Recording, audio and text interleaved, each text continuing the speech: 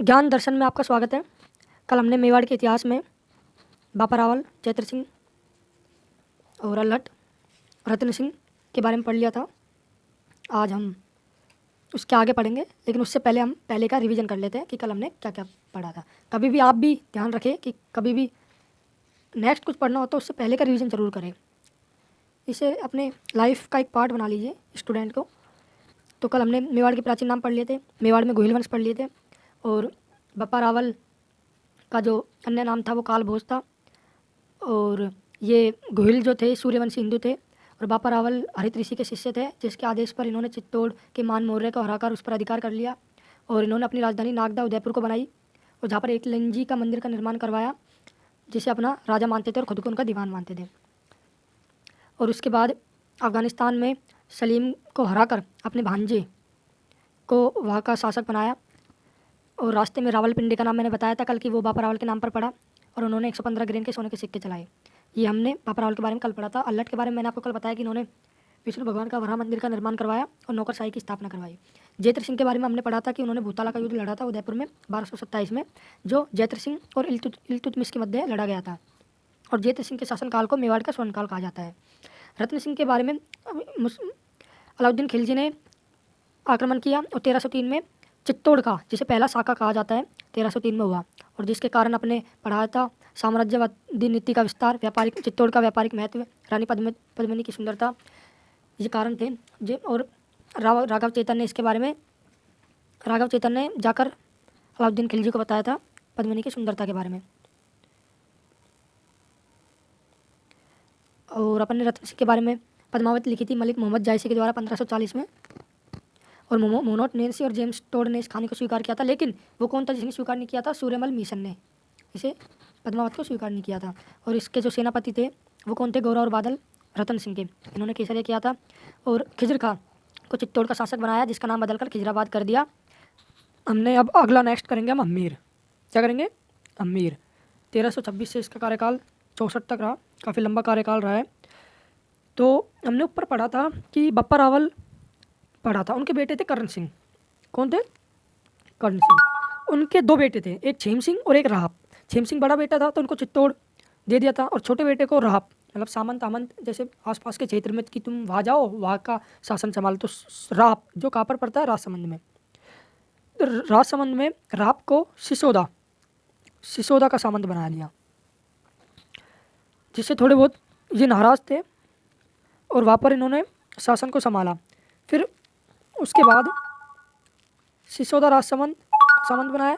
और अब हुआ क्या आगे कि जो कर्ण सिंह था, ये पहला साका जब हुआ था उसमें इन्होंने भाग लिया था, और जहाँ पर इनकी मृत्यु हो गई थी। अब मृत्यु होने के बाद क्या हुआ?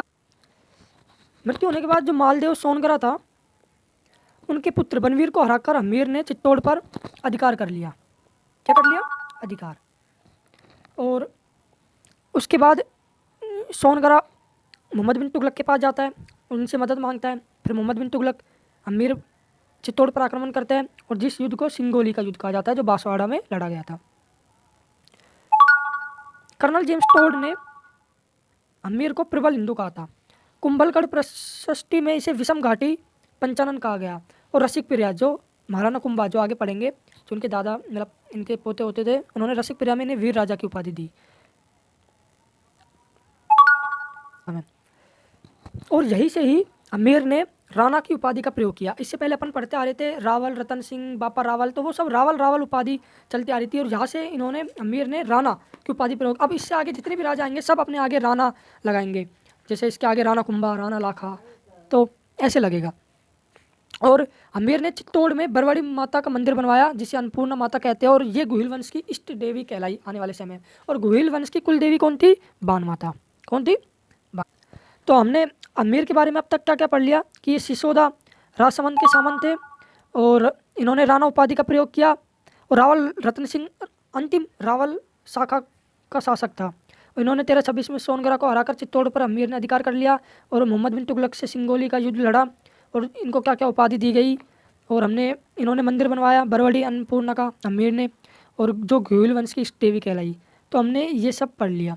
इसके बाद हम पढ़ेंगे जो सबसे इंटरेस्टिंग और सबसे अच्छा, महाराणा लाखा। जिसे लक्ष्य भी कहते हैं। इनका कार्यकाल 1382 से 1421 तक। इनके बारे में हम 4 चीज़ जानेंगे। अब 4 चीज़ क्या थी? सबसे देखो 4 चीज़ में बांटेंगे। एक जावर की खान पढ़ेंगे इसमें, दूसरा हम इसमें पढ़ेंगे पिछोला झील का निर्माण, तीसरा हम पढ़ेंगे कुंभाहाड़ा, और चौथा हम इसमें पढ़ेंगे हंसाबाई। इन 4 कहानियों के बारे में पढ़ेंगे। सबसे पहले हम बताएंगे कि महाराणा लाखा के समय में जावर की खान, जहाँ पर चांदी का उत्खनन हुआ, जहाँ से हमें चांदी प्राप्त हुई। सबसे पहले जावर की खान महाराणा लाखा के समय में निकली जो उदयपुर में। फिर उसके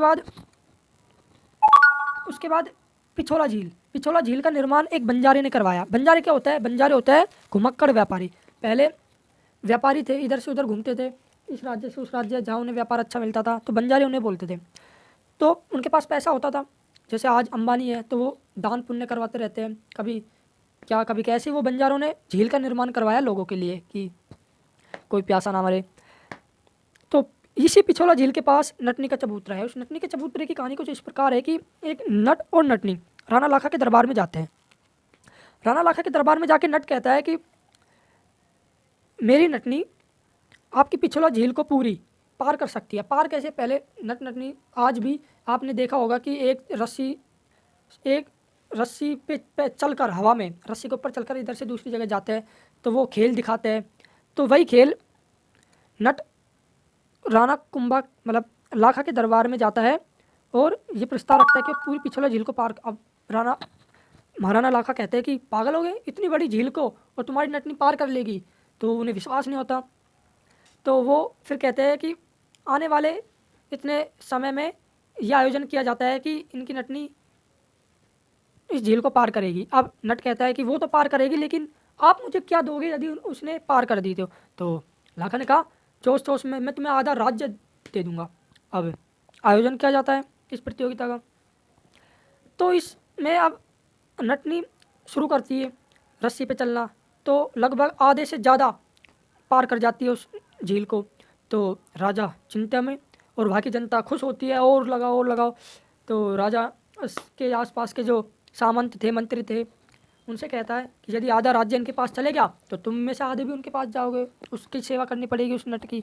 तो मंत्री भी चिंता में आ जाते हैं, हम उस नट की सेवा करेंगे। तो अब मंत्री और सामंतों ने दिमाग लगाया, वहीं पर ही उस नट का बेटा था, उसे बुलाया और उसमें 2 थप्पड़ मारे और रोने लगा। अब जैसे ही वो रोने लगा तेज तेज, तो माँ के कानों में आवाज़ तो गई। अब माँ का कंसंट्रेशन बिगड़ गया और वो पानी में, झील में गिर गई और वो मर गई।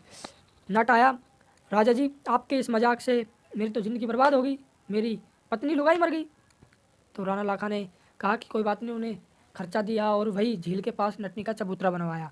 तो ये क्वेश्चन पूछा गया कि नटनी का चबूतरा कौन सी झील के किनारे है। ठीक है, तो हमने ये देखा कि नटनी का कौन सी ये कहानी है जिससे आपको याद रहेगा। अब हम पढ़ेंगे कुंभाहाड़ा के बारे में कि इसके बारे में क्या है। ये राणा लाखा का साला था। हुआ क्या कि बूंदी के जो राजा महाराजा ने हाड़ी रानी, वाकी रानियों को हाड़ी कहते हैं। तो राणा लाखा ने वाकी रानी से शादी की। तो अब 2 दिन हो गए, 3 दिन हो गए। अब राजा जी पूछते हैं रानी से कि आपको हमारा चित्तौड़ कैसा लगा? रानी ने कहा बड़ी अच्छा है, लेकिन हमारी बूंदी का आगे, किले के आगे अच्छा नहीं है। राणा आश्चर्यचकित, बूंदी के किले से तो हमारा चित्तौड़ बहुत अच्छा है, तो ये कैसे कह रहे कि हमारा चित्तौड़ का किला बूंदी के किले से अच्छा नहीं है, ऐसा क्या है उसमें? तो राजा ने फिर पूछा कि चित्तौड़ का किला अच्छा है या बूंदी का किला, एक बताओ। उन्होंने कहा दोनों ही अच्छे हैं। उन्होंने कहा एक बताओ। तो उन्होंने कहा अच्छा तो बूंदी का ही किला है। वो कहावत है कि पीहर की तो चिड़कली भी अच्छी लगती है लुगाइयों को। तो वही उसी प्रकार तो तो फिर राणा लाखा नाराज़ हो गए। राणा लाखा ने बाहर निकले और सेनापति को आदेश दिया कि जाकर आक्रमण, बूंदी के ऊपर आक्रमण। सेनापति और बाकी मंत्री सोचे कल तो तोरण मार के आए और आज आक्रमण।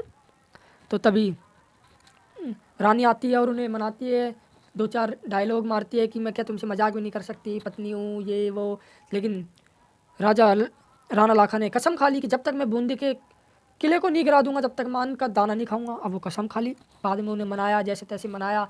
अब राणा लाखा ने कहा जो भी करो जल्दी करो, मेरे को भूख लग रही है। सामंतों ने विचार किया, उन्होंने कहा कि एक नकली बूंदी बनाते हैं, बूंदी के बाहर एक कमरा बना देते हैं, उसके बाहर लिख देंगे बूंदी और तुम वहाँ तीर चलाना और वो गिर जाएगा।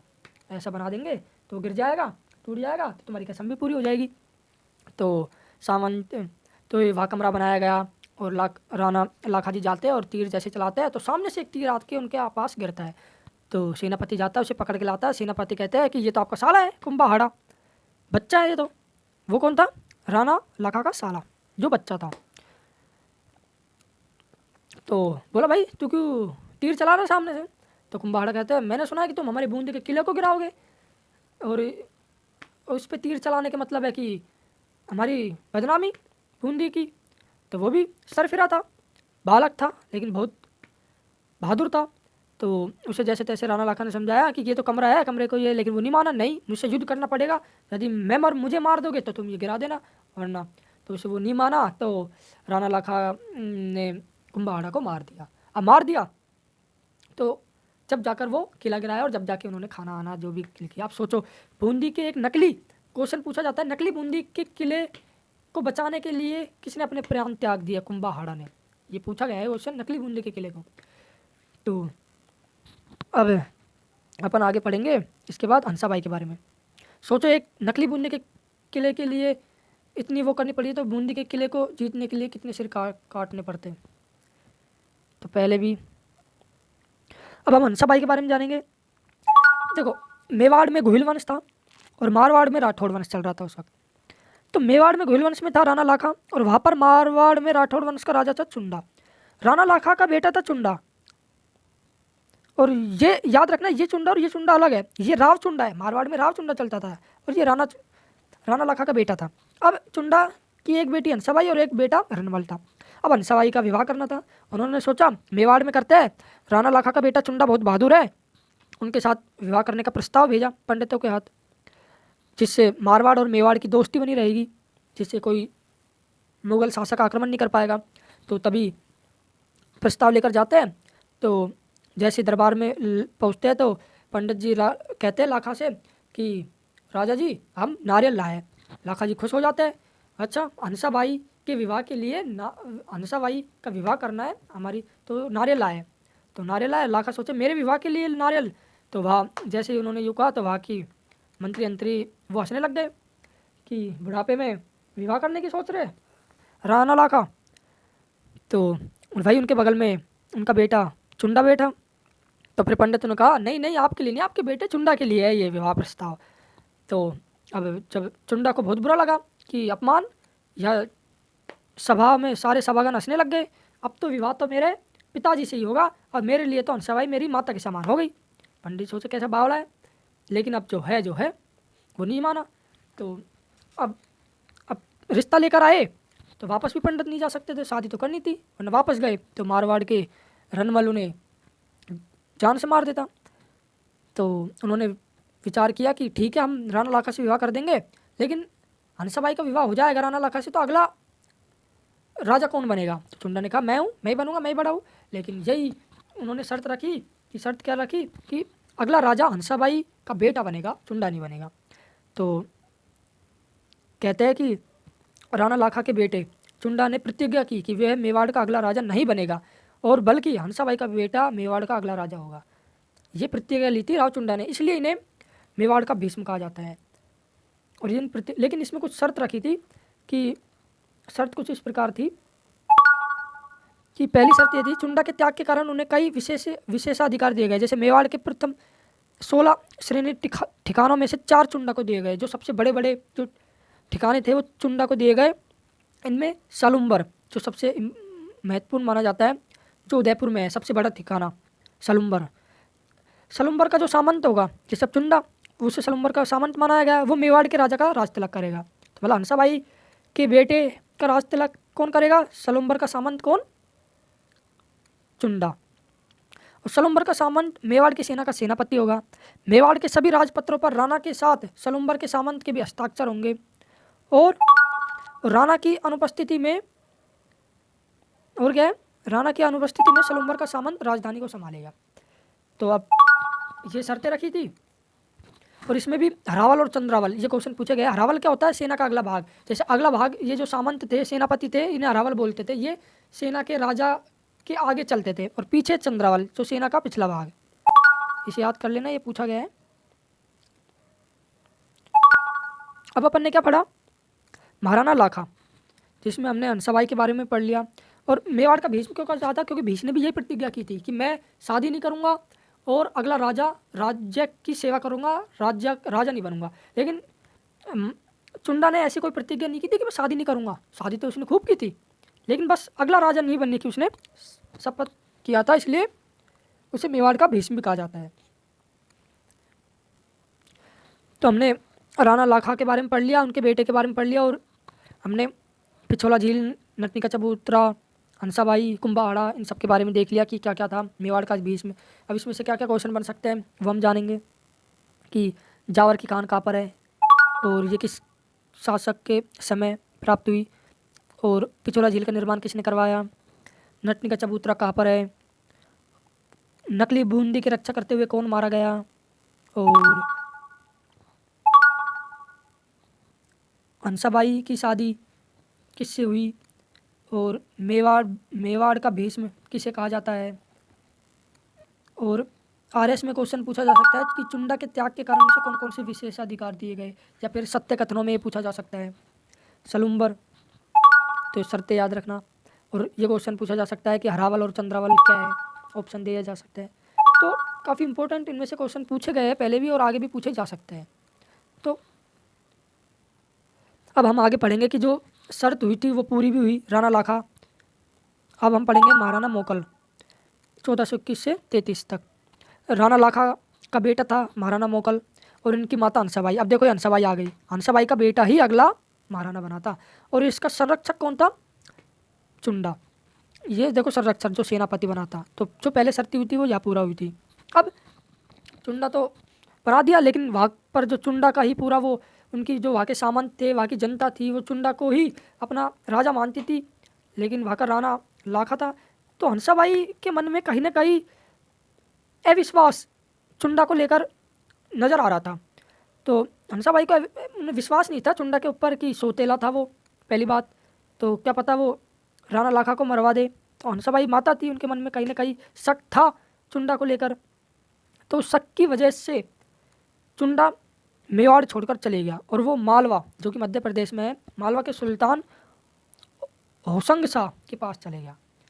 अब आगे चुंडा को अभी इतना अनुभव, वो महाराणा मोकल को इतना अनुभव नहीं था। अब मोकल को अनुभव नहीं था, तो अब हंसाबाई को ने अपने भाई रनमल को बुला लिया। अब रनमल कहा था और रनमल ने क्या किया, आगे क्या क्या हुआ, इन सब के बारे में अपन कल पढ़ेंगे। ओके, अब तक जितना भी पढ़ा है आप उनका रिवीजन करना। कल हम जानेंगे कि महाराणा मोकल और रनमल को भी मार दिया गया, वापस चुंडा को वापस बुलाया गया, चित्तौड़ में क्या क्या निर्माण हुए, कौन कौन से अभिलेख, श्रृंग ऋषि अभिलेख, इन सब के बारे में अपन जानेंगे। फिर उसके बाद कल हम महाराणा कुंभा के बारे में पढ़ेंगे जो मोकल के बेटे थे। ओके दोस्तों, तो अब तक जितना भी पढ़ा है आप उनको पढ़िएगा। धन्यवाद।